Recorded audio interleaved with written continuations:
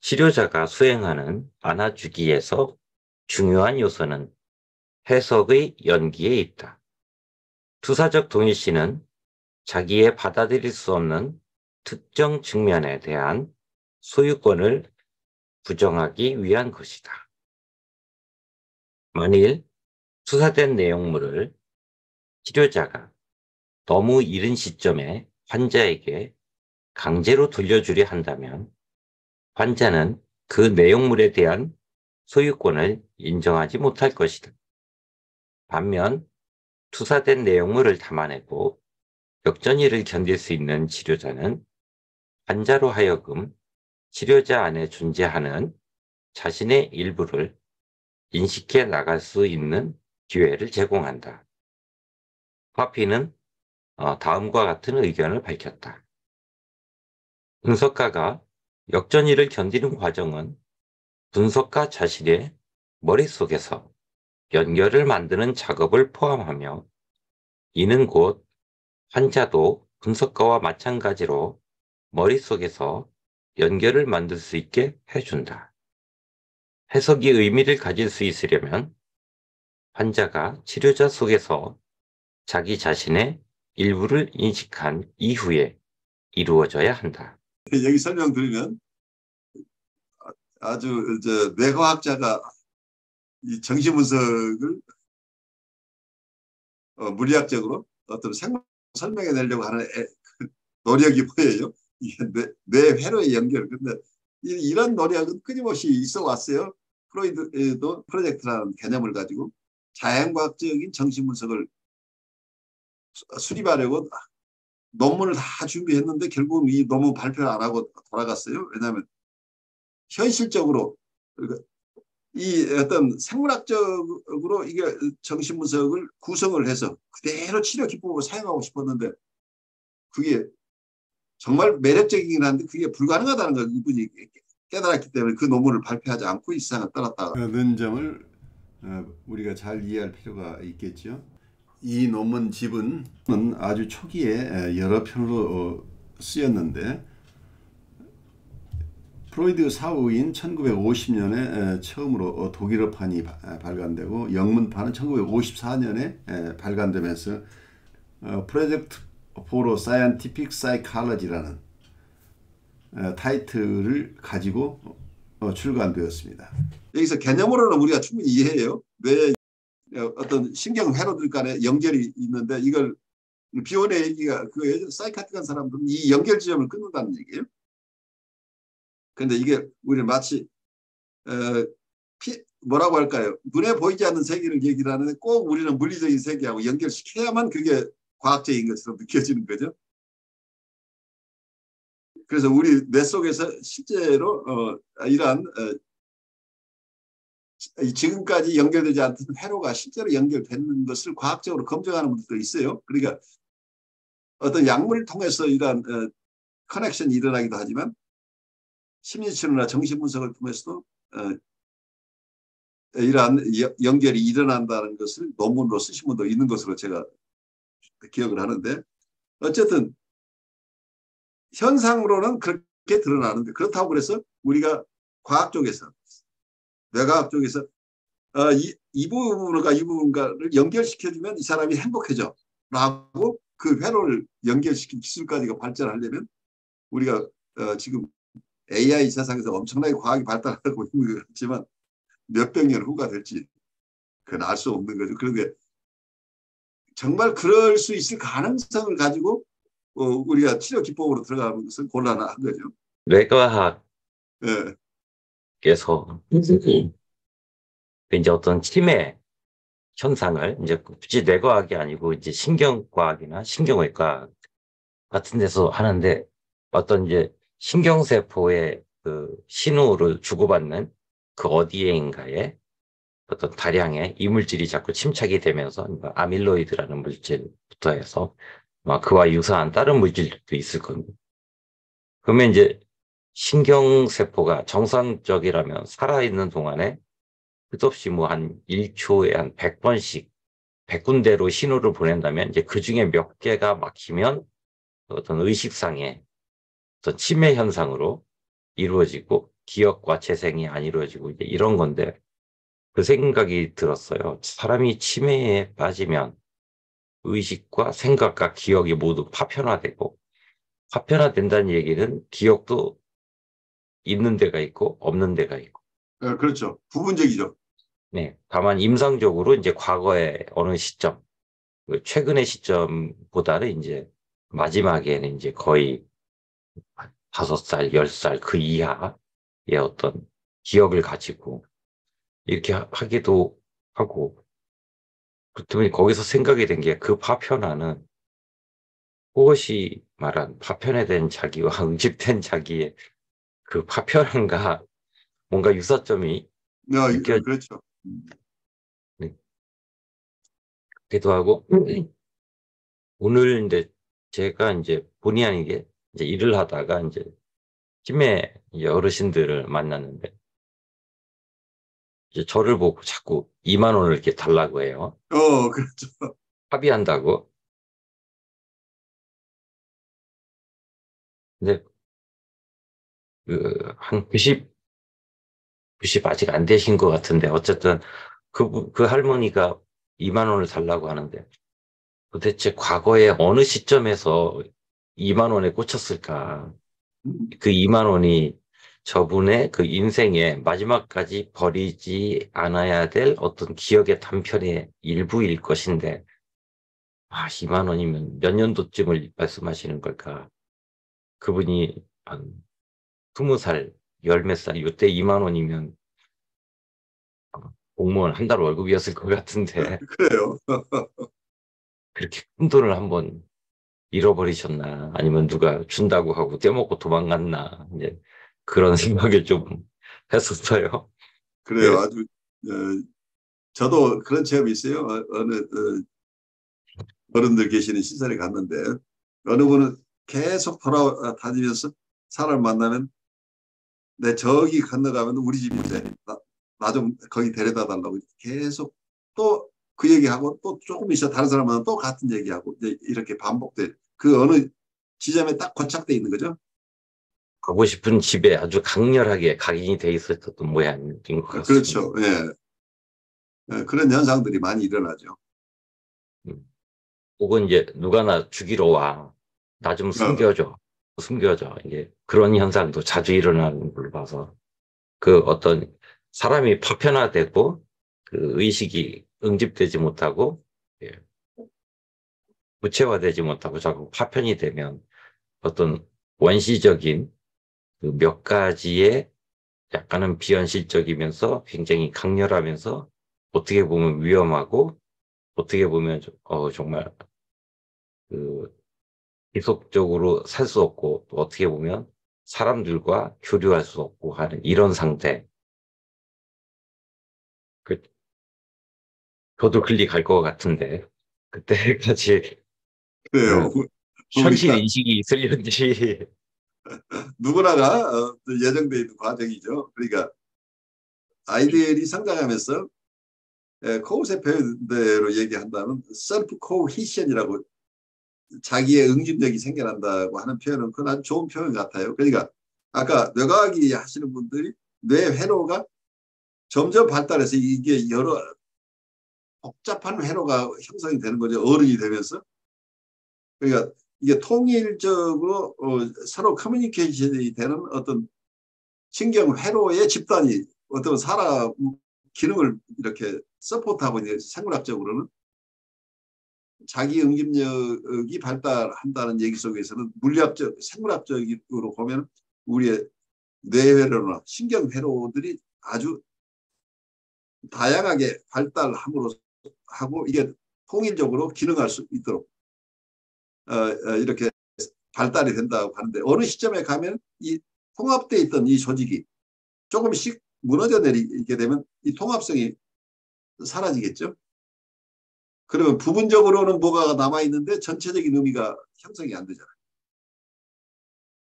그래서 사이카틱한 상태를 비오는 우리의 이거의 커넥션 지점들이 결국은 단절된 것이다. 이제 이렇게도 얘기를 하고 또 다른 표현에 의하면 이거의 파편화다. 그래 프래그멘테이션 오브 더 이고라는 표현을 쓰고 있는 거죠.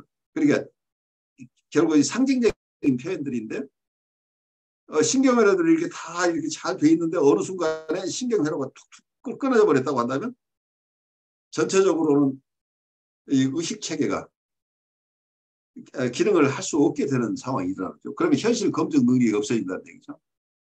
그래서 우리가 상징적으로는 뇌과학이나 신경과학과 우리 정신 세계를 이야기하는 사람들이 상징적으로는 서로 교류할 수 있는데 치료 기법으로서 생물학적으로 접근하는 것은 경우에 따라 무척 위험할 수 있다는 거죠.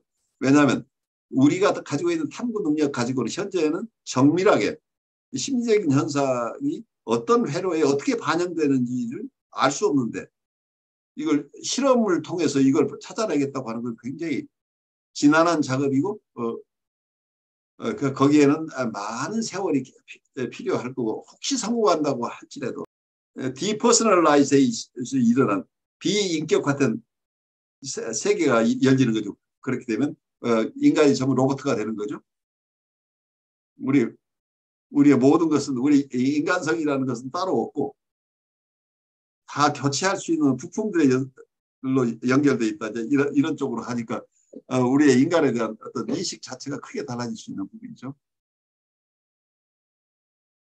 그래서 요즘 이제 주위에 니 리플레이스먼트 하시는 분들은 굉장히 많아요. 미국서 보니까.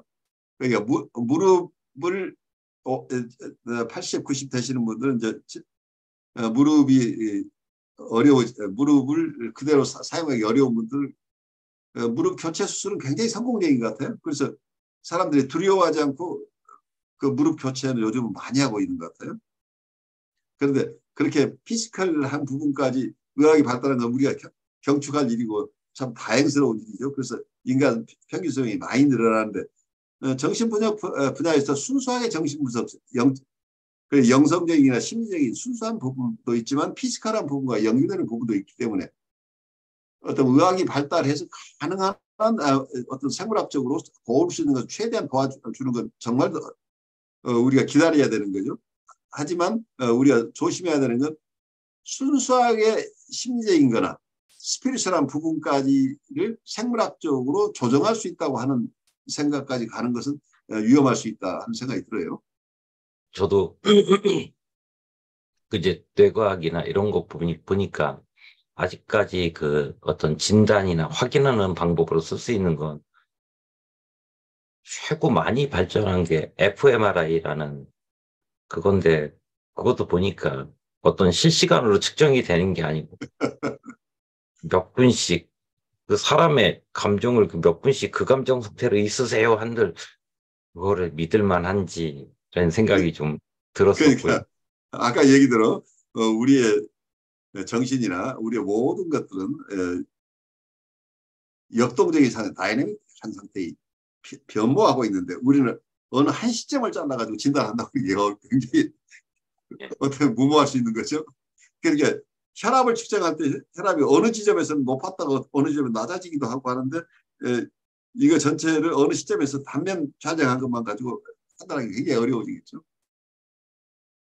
어떤 그 상업적으로 떠드는 그 의학과 과학의 발전과 실제로 이루어지고 있는 것 사이에 엄청난 갭이 있다 보니 자꾸 저도 뭔가 될 것도 같은데 하는 이런 느낌을 받거든요. 그래요. 그게 유혹적이에요. 그러니까 프로이드가 느꼈던 유혹이에요. 프로이드가 신세하게 논문을 이렇게 준비했던 거니까. 근데 그때 나온 개념들이 지금 뇌과학에서 다 쓰고 있어요.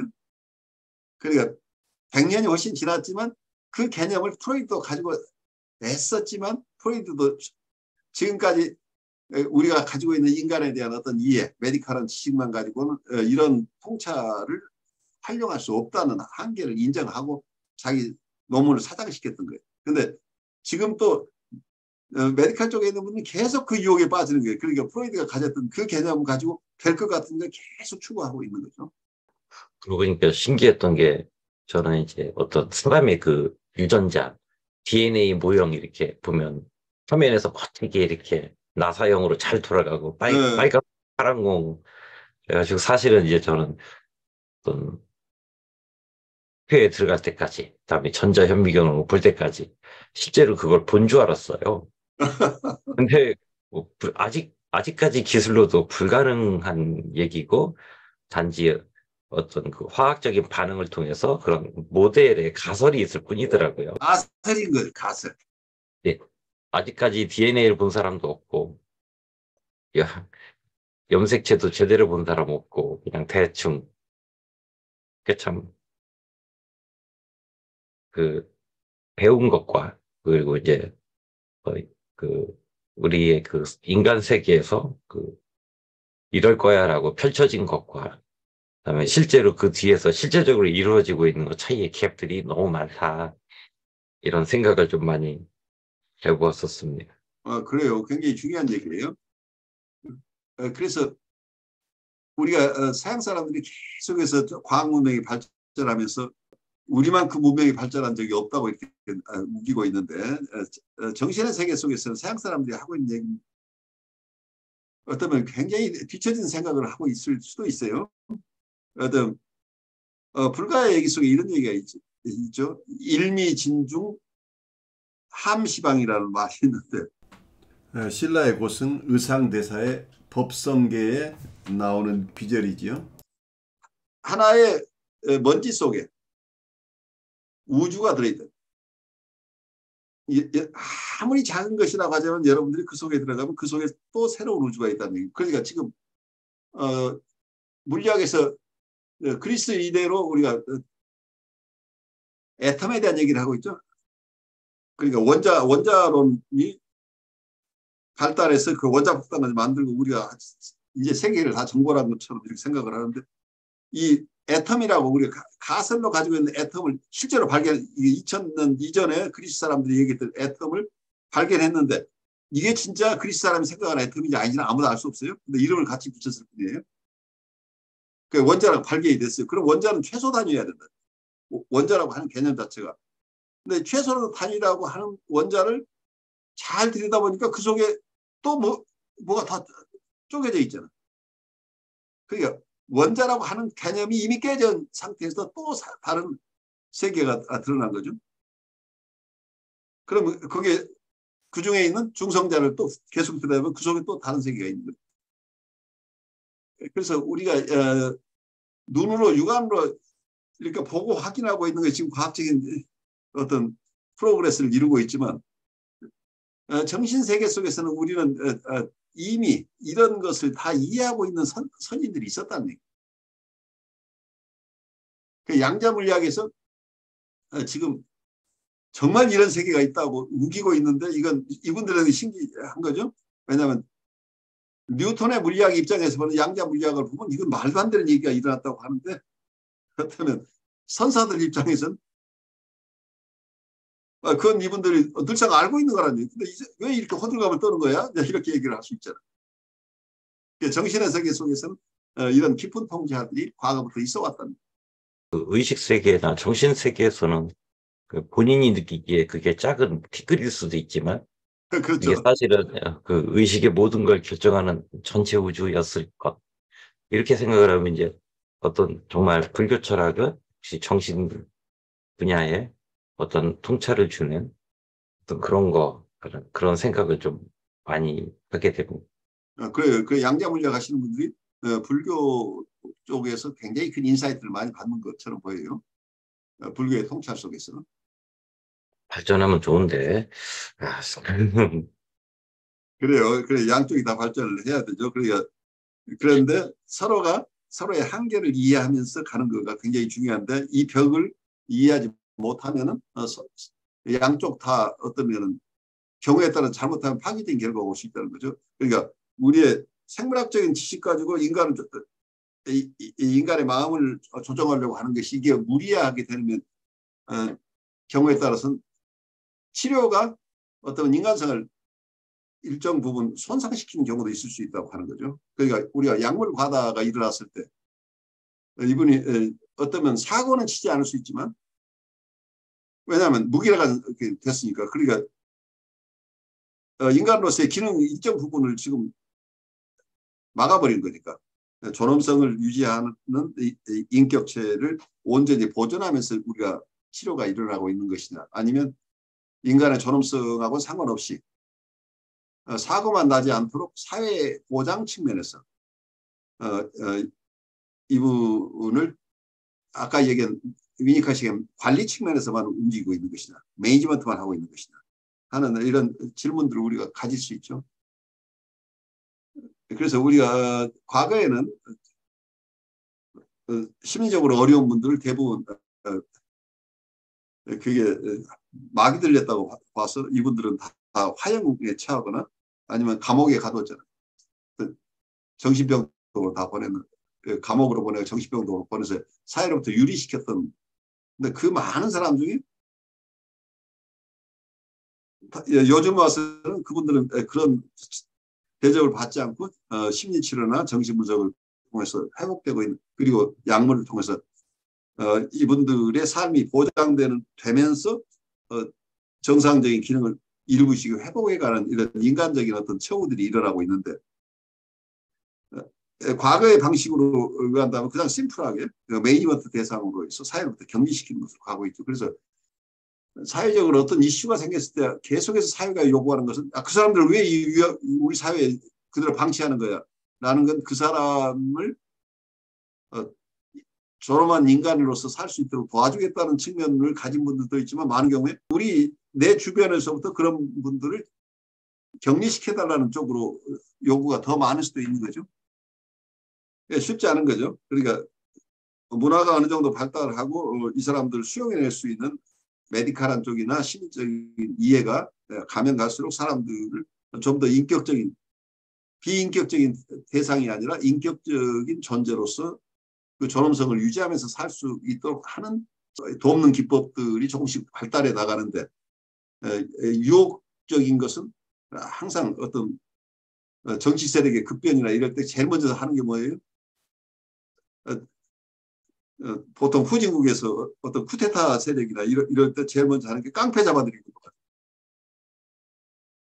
사회 암적인 존재를 제거한다고 그러면 모든 사람이 다 박수 친단 말이에요. 근데 그 깡패라고 부르는 사람 중에는 무고한 사람도 얼마든지 끼울 수 있을 거.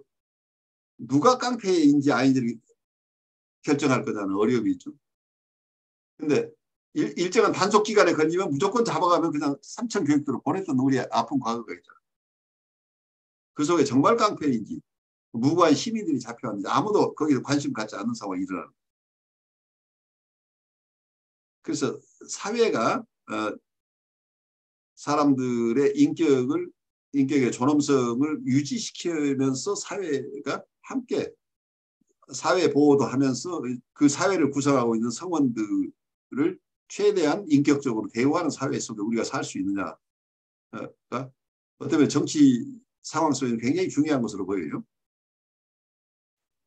그 어떤 신문에선가 이제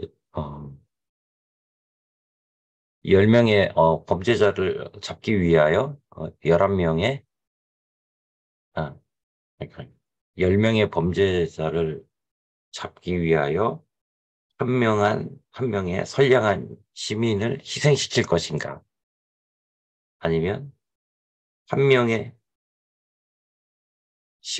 선량한 시민을 위하여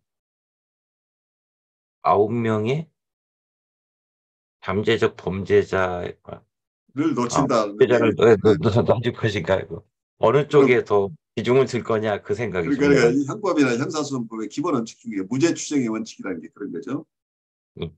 무죄 추정의 원칙이라는 것은 일단 사회적으로는 이 사람 범죄자라고 얘기를 하고 있어서, 그래서 일단 체포를 하거나 체포를 하지 않고 재판을 하거나 법원에서 최종 판결로 유죄가 확정되기 전까지는 무죄 추정의 원칙에 따라서 사람을 대우하라는 거예요. 근데 이게 우리 사회에서 지켜지지 않고 이런 혐의만 있으면 범죄자 취급을 해버리는 이 사회가 가장 야만적인 사회예요. 그러니까 누군가가 손가락질하면 그 사람이 바로 범죄자가 돼버리는 이런 사회가 무서운 사회인 거죠. 그렇게 되면. 그러니까 인권이 보장되지 않는 사회라는 것은 어쩌면 사람들이 보면 통쾌해요. 저 사람 잘 나가는 사람인데 야, 저 사람 나쁜 짓 했다. 그래가지고 바로 그 사람을 체포해버리거나 사회 기능을 못하도록 만들어버리고 요즘 같은 인터넷 댓글에서 사람을 매장시켜버리는 이런 사태들이 발생하는데 이 사람이 정말 나쁜 짓을 했을 수도 있고 아니면 누군가가 혐의를 덮어씌울 수도 있다는 거예요. 그리고 사람들이 생각하는 것처럼 10이라는 부분에 나쁜 사람이라고 얘기를 하고 있는데 사실은 1이나 2의 정도의 약간 부족함이 있는 사람일 수도 있다는 거예요. 근데 이런 것이 실체적인 진실이 밝혀지기 이전에 누군가가 특히 언론이나 아니면 공권력이 혐의를 두어서 내사를 하는 단계에서부터 범죄자로 바로 인식하고 범죄자로 취급하는 모습이 우리 사회에 너무 많다는 거예요. 그래서 여기서 인권이 보장되지 않는 어려움들이 있는 거죠. 그 속에서 그런 부당한 처우를 받은 사람들 얘기를 들어주는 사람은 거의 없다는 게 문제가 이 사회는. 그래서 법률 제도가 왜 형법이 있고 형사선법이 있냐면 이 인권을 보장하자는 게 취지란 얘기예요. 그래서 무죄 추정의 원칙은 아까 10명의 혐의자를 놓칠지라도 한 명의 무고한 시민을 다치게 하지 말라는 얘기입니다. 그게 어떤 문명국가에서 형사제도죠. 문명국가에서는 이름 아무리 겉으로 보는 어떤 증거가 넘친다고 하지만 구체적으로 혐의가 입증되기 이전까지 그것도 경찰이나 검찰이 얘기하는 게 그런 게 아니고 법원에서 판결이 이루어지기 전까지는 무죄 추정의 원칙을 하는. 그래서 어떤 면에서는 형사사건에서는 혐의를 입증해야 될 것은 정부예요. 정부가 증거를 확실하게 드러내지 않는 한, 그러니까 검사나 다른 수사기관이 결국은 기소를 하는 검사가 입증 자료로서 충분하게 입증하지 못한다면 입증이 되기 전까지는 이 사람은 범죄자가 아니에요. 혐의가 있다고 우기고 있을 뿐이지 이 사람은 무죄인 것으로 추정하고 이분을 인격적으로 배워라는 얘기예요. 근데 우리가 수사를 하는 사람들 취조 단계에서부터 아주 나쁜 사람으로 만들어 보죠. 누군가가 그런 혐의를 받고 있다고 그러면 신문에 나면 거기서부터 사람들은 다 이미 입증된 것으로 치고 거기에 또 인터넷이라는 댓글을 통해서 사람들이 엄청 매장시켜버리는 이런 사회가 되니까 아주 굉장히 무서운 사회에 굉장히 폭력적인 상황에 많은 사람들이 노출되어 있는 거죠. 그래서 그게 공무원들이나 또는 자영업자들도 사실은 요즘은 손님들의 컴플레인 하나 나오면 그게 부당한 주장이건 아니건 꼼짝을 못하잖아요. 누군가가 인터넷에 이런 사례가 있었다고 하는 순간 그 사람의 생업이 위협받고 그 인격이 모독당하는 상황이 일어나 버릴 수도 있기 때문에 사람들이 다 겁을 내고 있잖아요. 한국 사회에서 이제 요즘 갑질, 뭐, 네. 이제 그거라고 하는데, 그런 면에서 봤을 때, 정말 인터넷 같은데, 어느 가게에 이런 일이 있어. 이제 증거 사진 찍어서, 증거 사진이라는 거. 네, 사람들은 그러니까 이게 정말 어려운 게 뭐냐면 사진 찍어서 다 진실이라고 생각을 하는. 그러니까 의사들 진단도 이거 사진 찍어 놓으면 그것만 보면 다 아는 것으로 생각하는데 거기에는 판독이라는 아주 중요한 과정을 거치지 않고 검증되지 않는 한은 아무 판단이 안 서는 거 아니에요. 근데 우리는 사진이 있으니까 이거 증거가 있다 이렇게 돼버린다. 이게 국가수에서 검증해주는 사진도 아닌데, 그러니까 그게 사실 여부를 떠나서 그런 식으로 한 번 가면 사람들이 지나가면서 저 가게는 그런 오해를 받았지만 멀쩡했던 가게였어 하고 모든 사람들이 그런 생각을 절대 못하죠. 절대 못하죠. 네.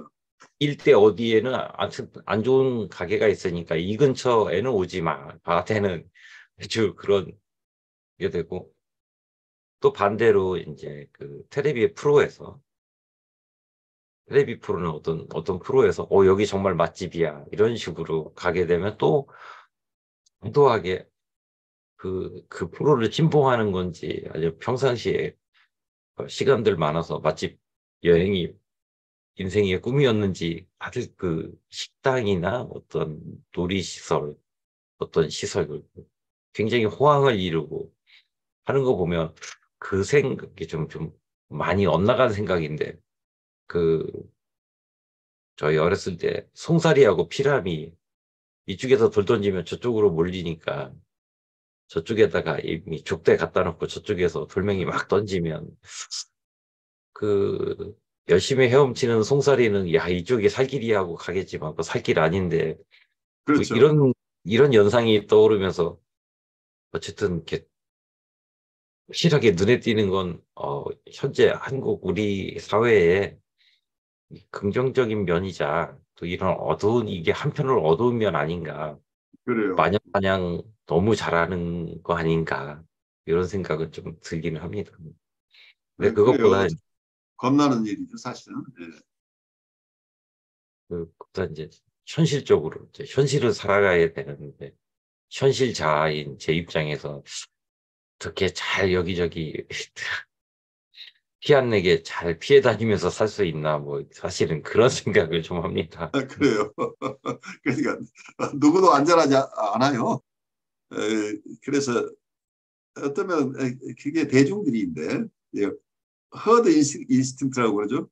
그래서 니체 같으면 우리가 초인이 돼야 된다고 우기는데 우리는 그냥 대중이 생각하는 대로 대중의 의견에 따라서 이렇게 사는 게 일반적이죠. 사람들이. 그러니까 실존적인 인식이 거의 없다는 얘기예요.